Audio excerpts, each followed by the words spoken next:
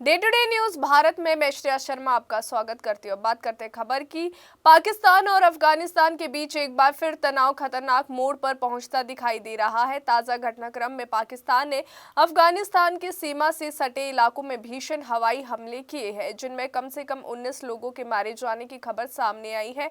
पाकिस्तान का दावा है कि इन हमलों में आतंकी ठिकानों और कैंपों को निशाना बनाया गया है, जबकि अफगानिस्तान की सत्ता संभाल रहे तालिबान प्रशासन का कहना है कि बमबारी नागरिक इलाकों पर भी की गई है, जिसमें महिलाएं और बच्चे भी हताहत हुए हैं। आपको बता दें कि इस घटना ने दोनों देशों के बीच पहले से मौजूद अविश्वास और सीमा तनाव को और गहरा कर दिया है। अफगान तालिबान के सरकारी प्रवक्ता जो है, उन्होंने सोशल मीडिया प्लेटफॉर्म एक्स पर बयान जारी करते हुए कहा कि पाकिस्तानी सेना ने नांगरहार और साथ ही पक्तिका प्रांतों में जो है बमबारी की है, जिससे कई निर्दोष नागरिक मारे गए हैं और घायल हुए हैं।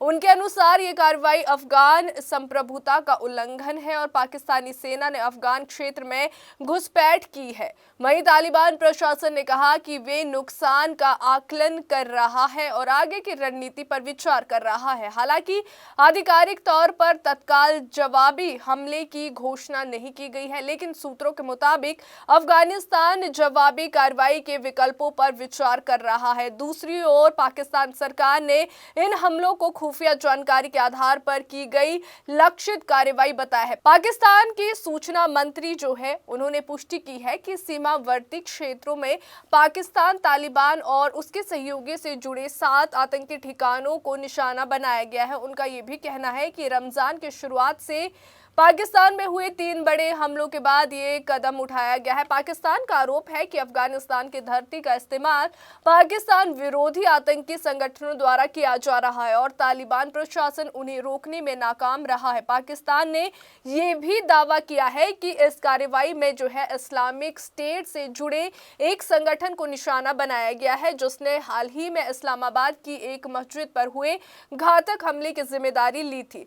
उस हमले में जो है 31 लोगों की मौत हुई थी और 160 से अधिक घायल हुए थे। इसे 2008 के मैरियट होटल बॉम्ब विस्फोट के बाद जो है इस्लामाबाद पर सबसे घातक हमलों में से एक माना जा रहा है। पाकिस्तान का कहना है कि उसकी ये कार्रवाई आत्मरक्षा और राष्ट्रीय सुरक्षा के तहत की गई है। पाकिस्तानी सेना का बयान भी सामने आया है, जिसमें कहा गया है कि अफगान तालिबान शासन से कई बार अनुरोध किया गया है कि वे अपने क्षेत्र का उपयोग पाकिस्तान में आतंकी गतिविधियों के लिए होने से रोके और साथ ही सेना के अनुसार विदेशी एजेंट और आतंकी समूह अफगान जमीन से पाकिस्तान को निशाना बना रहे, लेकिन तालिबान प्रशासन ने उनके खिलाफ कोई ठोस और प्रभावी कार्रवाई नहीं की है। इस पृष्ठभूमि में पाकिस्तान ने जो है सीमित और लक्षित सैन्य कार्रवाई करने का फैसला लिया है। हालांकि अफगानिस्तान की ओर से इन दावों को सिरे से खारिज किया जा रहा है। तालिबान का कहना है कि पाकिस्तान अपनी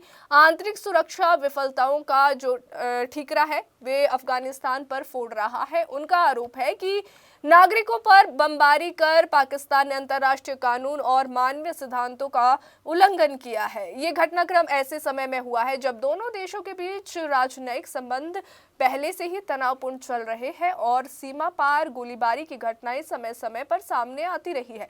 विशेषज्ञों का मानना है कि ये टकराव केवल सीमित सैन्य कार्रवाई तक सीमित नहीं रह सकता। अगर अफगानिस्तान जवाबी कदम उठाता है तो ये संघर्ष और व्यापक रूप ले सकता है। दोनों देशों के बीच लगभग 2600 किलोमीटर लंबी सीमा है, जिसे आपको बता दें कि ड्यूरेंट लाइन कहा जा सकता है और ये क्षेत्र लंबे समय से उग्रवाद, तस्करी और सीमा विवादों का केंद्र रहा है। इस इलाके में किसी भी सैन्य तनाव का सीधा असर जो है क्षेत्रीय स्थिरता पर पड़ सकता है। क्षेत्रीय और अंतर्राष्ट्रीय समुदाय की नजरें भी इस घटनाक्रम पर टिकी हुई है। दक्षिण एशिया पहले ही कई सुरक्षा चुनौतियों से जूझ रहा है और पाकिस्तान अफगानिस्तान के बीच बढ़ता तनाव पूरे क्षेत्र की शांति के लिए खतरा बन सकता है। यदि दोनों पक्ष संयम नहीं बरतते तो स्थिति जो है नियंत्रण से बाहर जा सकती है। ऐसे में कूटनीतिक संवाद और अंतर्राष्ट्रीय मध्यस्थता की भूमिका अहम हो सकती है। फिलहाल हालात बेहद संवेदनशील बने हुए हैं। एक और पाकिस्तान अपनी सुरक्षा के नाम पर जो है सख्त रुख अपनाए हुए है, तो कहीं ना कहीं दूसरी ओर अफगान तालिबान इसे अपनी संप्रभुता पर हमला बता रहे हैं। आने वाले दिनों में स्पष्ट होगा कि ये तनाव सीमित सैन्य कार्रवाई तक रहता है या फिर दोनों देशों के बीच जो है बड़े टकराव की भूमिका तैयार करता है। जनता और अंतर्राष्ट्रीय समुदाय की सबसे बड़ी उम्मीद यही है कि हालात और ना बिगड़े और बातचीत के जरिए समाधान निकले। तो अभी के लिए फिलहाल इतना ही। आपको बता दें कि फील्ड में हमारा कोई भी रिपोर्टर किसी से किसी भी प्रकार का उपहार या विज्ञापन स्वीकार नहीं करता है, ना ही किसी को ब्लैकमेल करता है। हम समाज में दबे कुचले लोगों की आवाज बनते आए हैं और आगे भी बनेंगे। साथ ही हम ऐसी कोई खबर नहीं दिखा रहे जिससे पाखंड फैले और भोली भाली जनता मूर्ख बने।